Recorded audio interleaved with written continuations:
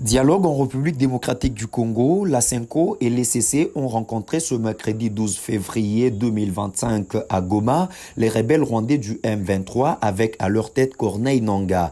Pour rappel, la conférence épiscopale nationale du Congo, CENCO, et l'Église du Christ au Congo, ECC, ont récemment rencontré le président Félix Tshisekedi, l'opposant Martin Fayulu et d'autres leaders locaux afin de promouvoir un dialogue national intitulé Pacte social pour la paix et le bien vivre ensemble en RDC et dans les Grands Lacs, visant à trouver une solution à la crise sécuritaire qui touche l'Est du pays. Cette démarche a été rejetée par l'UDPS, le parti au pouvoir.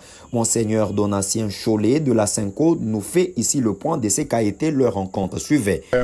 Les forces vives du pays ont un pacte social pour la paix et le bien vivre ensemble. Et pour cela, nous avons commencé une tournée de personnes, de personnalités importantes à impliquer dans cette dynamique.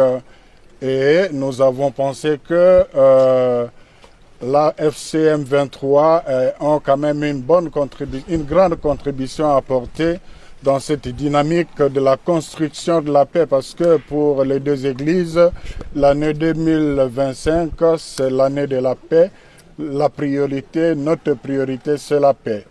Et voilà pourquoi nous sommes venus les exhorter, aussi les écouter, et en même temps aussi, à travers Monseigneur Willy, écouter la population, savoir comment vivent les gens ici, qu'est-ce qui se passe.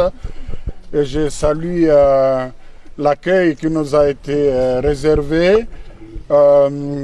AFC et M23, bar M23 représenté par Corneille Nangaa, nous a expliqué les raisons de leur agir.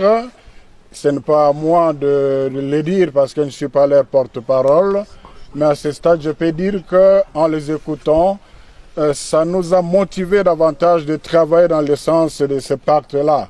On a compris qu'il y a beaucoup de choses qui pourront être réglées si les Congolais se mettaient autour d'une table. C'était aussi l'occasion de partager avec eux les préoccupations des Congolais sur la perte de la balkanisation, l'exploitation illicite de matières premières. Là aussi, on a eu des réponses assez rassurantes qui ne sont pas dans la dynamique de la balkanisation, ils ne sont pas dans la dynamique de l'exploitation illicite.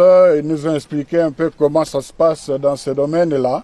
Et c'était aussi l'occasion de faire des plaidoyers pour l'ouverture de l'aéroport, du port, mais aussi pour obtenir l'arrêt de la guerre le plus tôt possible, parce que nous restons convaincus que la solution à cette crise n'est pas militaire.